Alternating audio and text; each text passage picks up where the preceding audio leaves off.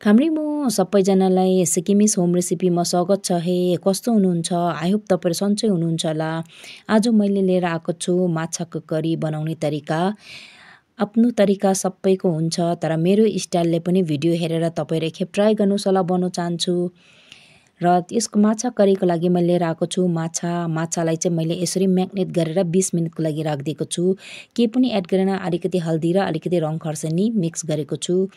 र साथमा मैले माछाको अण्डा पनि लिएर आएको छु। माछाको अण्डालाई पनि मैले यसरी म्याग्नेट गरेर राखिदिएको छु। 20 मिनेट जति चाहिँ मैले म्याग्नेट गरेर राखेँ। त्यहाँदेखि चाहिँ मैले यहाँनिर कराईमा तेल तताएर चाहिँ बट्टाबट माछालाई फ्राई गर्नु सुरु गरेँ है त। तेल चाहिँ मैले यहाँनिर मस्टर्ड ओइल लिएको छु। यसरी मजाले एक-एकवटा गर्दै मैले माछालाई फ्राई गरेँ। पुरा डिपली पनि फ्राई गरेन, यतिको अलिकति लाइटमा, किनभने माछाको करी यानि कि ग्रेभी टाइपको बनाउँदैछु। यसरी यतिकोमा चाहिँ म माछालाई निकालिदिँदैछु। माछा चाहिँ ध्यान राख्नुहोस् मस्टर्ड ओइलमै पकाउनुहोस्, टेस्टी हुन्छ। अब यो माछालाई फ्राई गरिसकेर म फेरि यो माथि चाहिँ यही तेलमा चाहिँ म अण्डालाई पनि यसरी फ्राई गर्दैछु।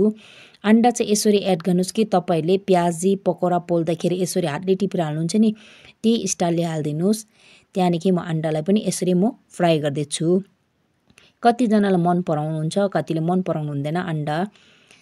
त्यहाँदेखि चाहिँ मैले यसो हेर्नुहोस् माछा र अण्डालाई दुइटै फ्राई गरेर यसरी राखिसकेको छु। अब चाहिँ मैले यसको लागि मार मसला रेडी गर्न जान्दैछु।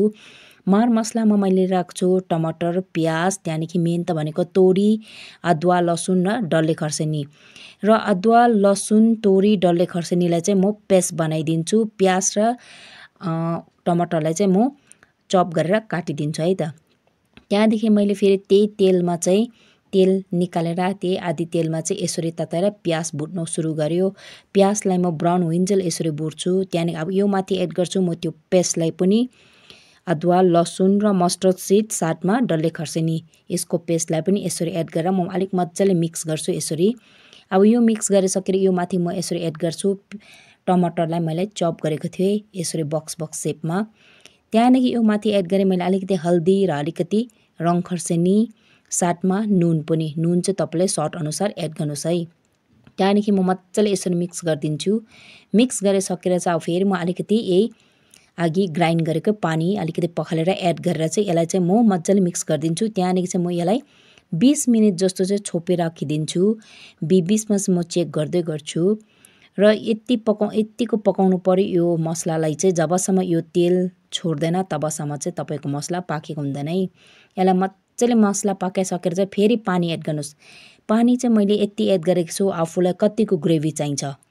त्यहाँदेखि पानी एड गरिसकेर चाहिँ फेरि यसरी त्यो मसलालाई मजाले उमाल्नु दिने। अब उम्लिसकेर चाहिँ यो माथि चाहिँ म यसरी माछा र अण्डालाई एड गर्छु। यसरी माछा र अण्डा एड गरिसकेर फेरि यसलाई म छोपेर चाहिँ 5 मिनेट जस्तो मिडियम फ्लेममा चाहिँ मजाले बोइल गर्छु।